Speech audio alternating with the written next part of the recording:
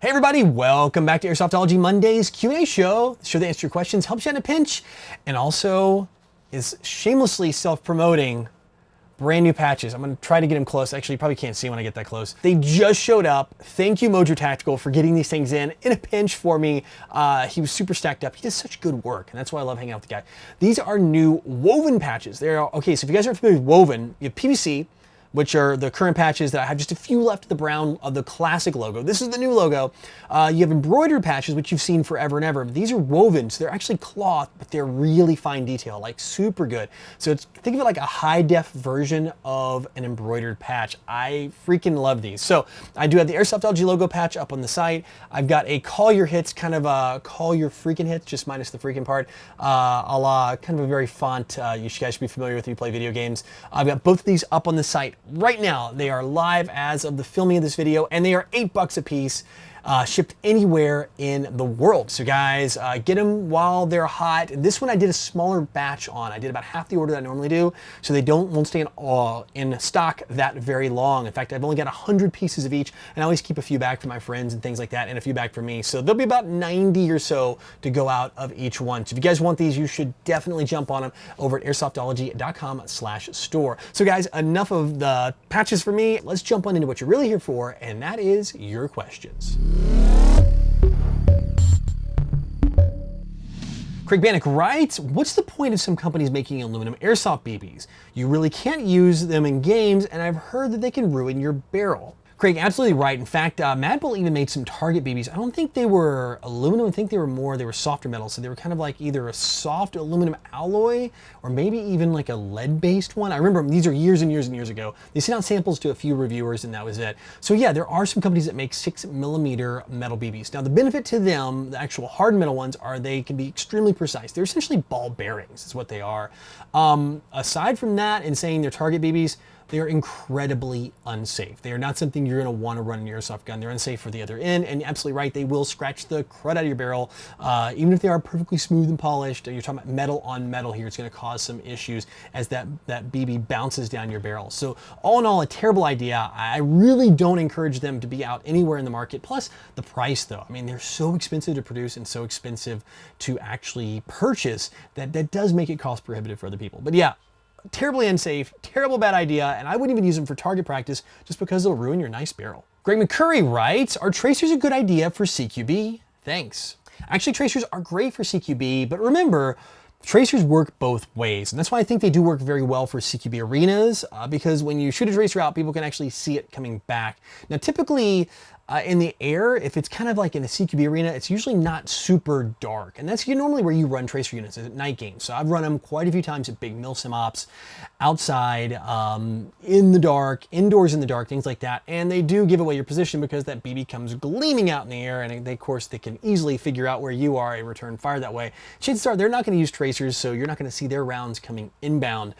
But in CQB, because it's kind of low light but not perfectly dark, for whatever reason, it works really well. You can see the BB fly out. It's kind of like it's illuminated in the air, but the opponents don't really see it that well, I've noticed. I've been shot by a lot of people with tracers, and it's really hard to see, surprisingly, because it does light it up, but the lights in the room, if it's not pitch black in your indoor arena, then it kind of just makes it perfect for the person using the tracer unit. So if you can get a hold of one, I would absolutely do it. In fact, there's a great video that Jet put out using it in an indoor field. I forget which CQB field he was playing at. He was using the ASG tracer unit, and it was freaking amazing. It's awesome. Plus, what I really do like about it, if you have people that don't really like to call their hits that often, you can actually watch the BBs bounce off of them, and actually, because they illuminate when it hit them, it kind of ricochets or kind of falls to the ground or whatever. So you kind of get that advantage too. So yeah, all in all, tracers are a huge advantage for CQB. David Yu writes, hey Jonathan, I wonder how much I should trust the people in airsoft games. Is it okay for me to just leave my guns in the staging area?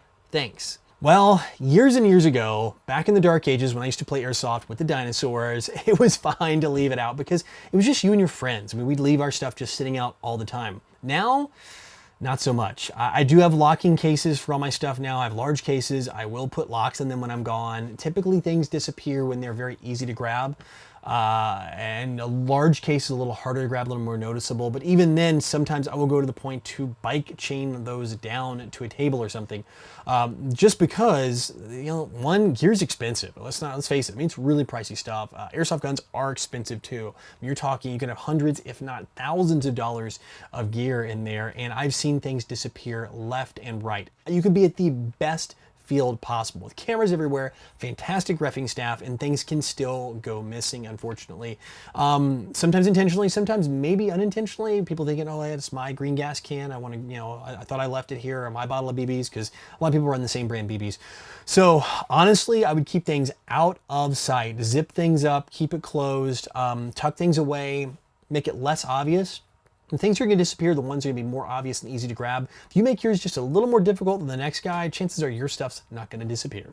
Colby Baker asks, hey Jonathan, I was wondering if you run mid caps and you don't shoot all the BBs out of your mag, is it safe to reuse those BBs? Yes, actually I do a lot. I actually take them and will empty them back into my bottle of BBs or bag of BBs that I'm using for the day. I use those, reuse those all the time, especially for mid cap magazines.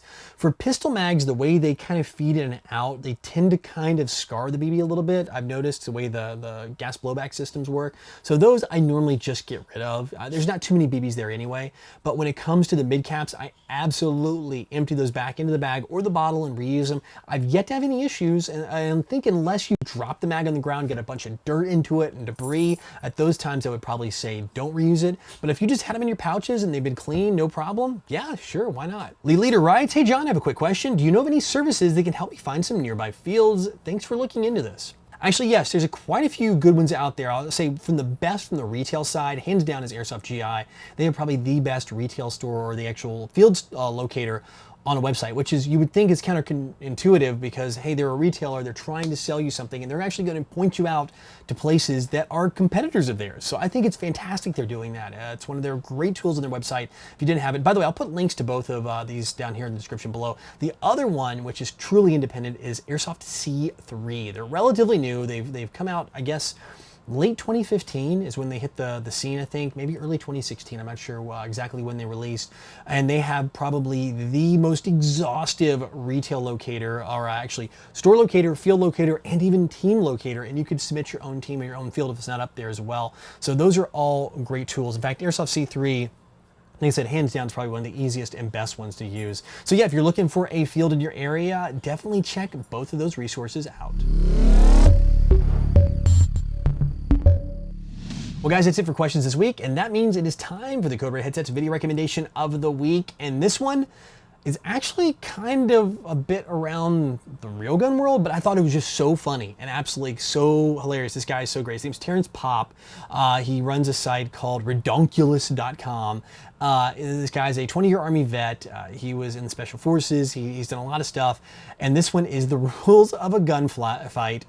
And it is so funny. The way this guy delivers, the comedy, the humor, and of course there's some experience behind it. It is absolutely worth a watch. It's one of my new channels I've subscribed to. I just kind of stumbled across him not too long ago, in fact, the past couple weeks, and really love his dry, witty humor. Now, keep in mind though, a little bit salty, so if you guys want to keep it PG, you may not want to go there. PG-13, that's probably where this thing lives. So yeah, definitely check it out if you guys are willing for a little salty humor. And it is Rules of a Guns Fight, and it's by Terrence Popp. And as always, I have a link in the description below. Of course, you can always click the video over here to take you right over and check it out. All right, guys, that is it for this week's Airsoftology Mondays. Thank you so much for hanging out. And by the way, if you notice, my phone is sitting right here on the, I don't know if you can see the top of it.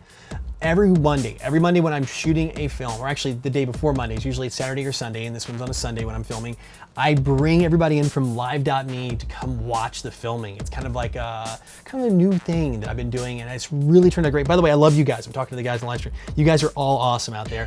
I love spending time hanging out. We chat for a little bit. We do the filming. You get to see the questions that never make it on the show. So I actually answer quite a few more questions, and they get edited down to a show that gets about 10 or 12 minutes long. So a lot of these recordings run about 20 to even 30 minutes long, so I kind of talk a lot if you haven't noticed. But yeah, I chop it down and that's it. So yeah, if you guys want to join me, definitely grab the live.me app. It's a fantastic app, and it's totally free, and all you do is just go in there, find Airsoftology, follow me, and you'll be notified every single time I go live. I also do some behind the scenes stuff as well, not just here with Mondays. So enough of that, definitely come join me on Live Me. And of course, like I said, shameless self-promotion, patches are up in the store, limited time, guys. Very few of these, like I said, 100 of each in stock, $8 shipped anywhere in the world. Well, again, thank you so much for hanging out here with me every single Monday, and I really enjoy you guys. And don't forget, if you want to get your question in the show, it's super simple. Put it in the comment section, vote up your favorites, and I'll get them on the next show. And don't forget, I read every single question. I'm able to answer every single one, but I do read every single one. So guys, until next week, go out, have fun, play some airsoft. No matter what you do though, call your freaking hits.